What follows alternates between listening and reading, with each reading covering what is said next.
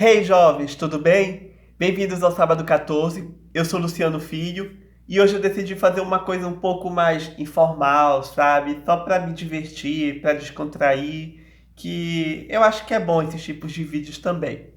Eu vou falar aqui sobre 5 coisas que me aconteceram sobre filmes de terror que me marcaram. São coisas bem loucas, ações ou sentimentos que eu senti, que eu ainda sinto, né? Que eu quero compartilhar com vocês. Aposto que muitos de vocês também têm alguma coisa do tipo, né? Principalmente os que adoram filmes de terror. Então acho que muita gente pode se identificar. Então vamos lá. O primeiro caso é bem curioso. Eu tenho uma frase que eu digo assim: eu tenho saudade dos anos que eu nunca vivi. Como assim? Eu sou de 1991, só que eu vejo muitos filmes dos anos 80, tipo A Hora do Espanto, Sexta-feira 13, alguns do Halloween, Brinquedo Assassino. Então, assim, eu sou muito louco pelos anos 80. Gosto das músicas, do jeito que as pessoas se vestiam, da ambientação. Então, eu sempre quis viver nos anos 80, queria ir naquelas boates, né? Ouvir aquelas músicas rock que eu adoro.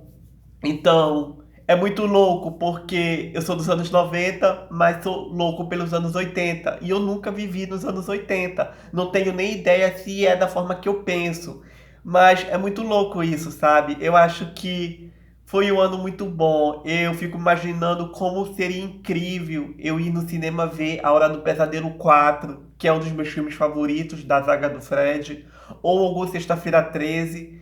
Então, essa é uma curiosidade bem interessante, né? Adorar os anos 80, sentir saudade de uma época que eu nunca vivi. Não sei nem se saudade é a palavra certa. É uma nostalgia, é uma coisa muito louca. Esse foi um, né? É um caso, mas tem outros. Por exemplo, outro caso que eu acho bem louco é que na minha época, quando eu era criança, o passatempo de muita gente era jogar futebol, era ir pra rua, né? O meu não. O meu passatempo favorito era ir numa locadora e nem alugar, era ficar admirando os VHS, pegava os VHS, ficava olhando a capa, né? Guia lá os que estavam escrito na capa, virava, admirava as fotos, guia a sinopse e ficava ali, só vendo. E eu fazia isso a tarde toda. Se eu pudesse fazer isso todo dia, eu seria muito feliz, mas não podia, né? Então eu fazia com muita frequência.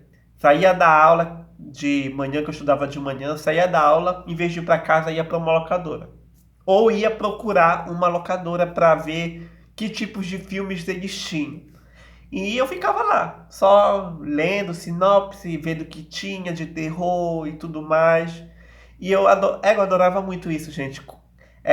Eu falei égua, tá? Égua é uma gíria de Belém. Desculpa, não sei se vocês sabem, mas égua serve para muitas coisas. Pode ser surpresa, pode ser nossa, pode ser desapontamento. Então é só para vocês se situarem, tá?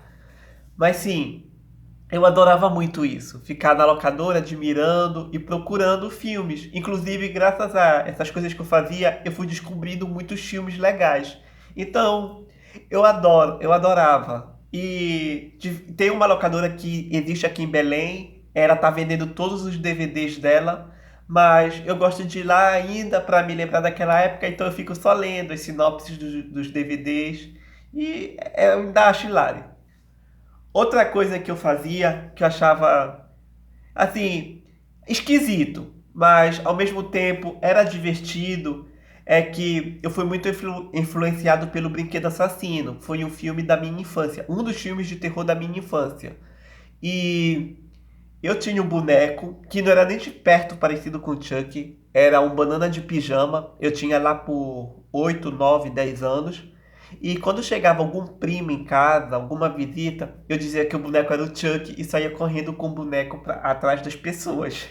Então era bem legal, porque tinha gente que entrava na brincadeira e tal, aí eu me escondia com o boneco, aí o pessoal ficava, onde é que ele tá, onde é que ele tá? Aí eu aparecia, então era bem divertido, né?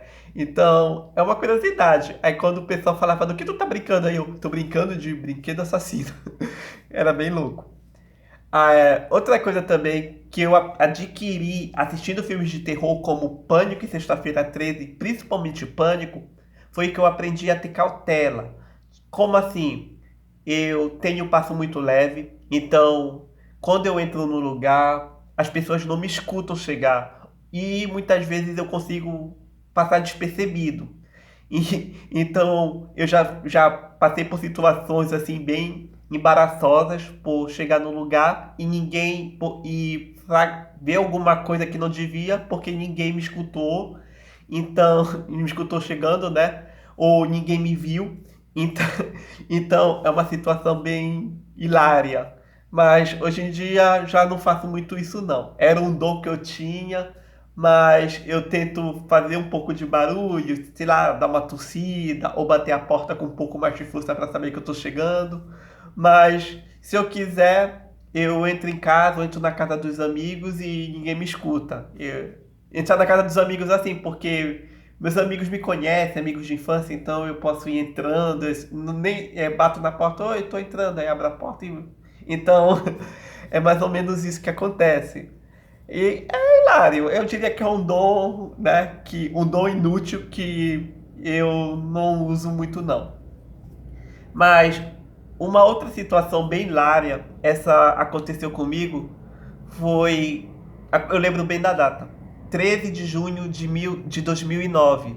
Foi o lançamento do Sexta-feira 13, o remake de 2009. O que aconteceu nessa época? Eu fui no cinema e eu tinha 17 anos. Ia fazer 18 em setembro. E o filme tinha censura de 18 anos. Então eu fui meio que barrado, né? Não pude ver o filme na estreia. E eu tinha um amigo que trabalhava na gerência do cinema. Eu fiquei, implorei para ele, praticamente implorei pedindo para ele deixar eu ver o filme. Só que ele não deixou porque eu já tinha falado com muita gente, né, além dele, então se ele deixasse podia ter como fofoca e tal. Então ele não deixou eu ver naquele dia. Mas a gente conversou e ele deixou eu entrar escondido no cinema no dia seguinte. Eu paguei tudo, sabe? Mas eu era de menor, então tive que entrar escondido por outra portinha. E acabei assistindo Sexta-feira 13 no cinema. Adorei a experiência de estar no filme maior de idade. Pouca gente na sala. Eu era o mais novo, né? Provavelmente.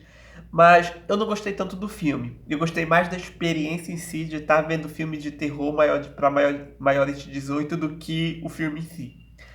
Mas foi uma experiência até interessante, sabe? Essa coisa de entrar escondido no cinema foi bem legal. E pra ver um filme de terror que o Jason é um dos meus vilões favoritos. Então, gente, é basicamente isso. Eu fui muito influenciado por filmes de terror. Eu gosto muito, é um gênero que eu amo e que eu não vou deixar de amar tão cedo. Apesar dele estar sofrendo modificações constantemente, né? O tempo vai mudando os filmes. Por mais que não, por mais que eles não queiram, isso acontece. E é isso. Filme de terror tá aqui pra sempre. E vamos que vamos. Eu quero falar aqui de um bônus, tá? Esse é mais curioso, tem a ver com sentimento, que é assim. A primeira vez que eu vi A Morte do Demônio, eu adorei o filme. Até aí tudo bem. Mas logo depois que eu vi A Morte do Demônio, eu vi o filme Irmão Urso. Então eu não sei o que aconteceu. O sentimento que eu sinto com o Irmão Urso, com o sentimento que eu sinto com A Morte do Demônio, meio que se juntou e foi um bom sentimento que eu sinto que é muito bom. E toda vez que eu vejo A Morte do Demônio, eu me lembro do Irmão Urso. E pra quem não sabe, Irmão Urso é aquele mesmo, filme da Disney, sabe? Aquele infantil. Então, é dois extremos bem curiosos. A Morte do Demônio, que é um filme para adultos, e Irmão Urso, que é um filme infantil. Mas alguma coisa aconteceu aí que, pra mim, é ótimo quando eu penso nos dois ao mesmo tempo. Então, é tão curioso que toda vez que eu vejo a morte do demônio, eu tenho que ver no mesmo dia, ou em algum momento, o irmão Urso para ter esse sentimento. Então, muita gente fica, caramba, como assim? A morte do demônio, irmão Urso. Mas é uma curiosidade bem louca. Então, gente, é isso que eu tenho para falar para vocês. Espero que vocês tenham gostado. Se vocês tiverem alguma experiência do tipo, vão aqui, comentem, que eu respondo se for necessário, ok? Então, até o próximo vídeo. Tchau!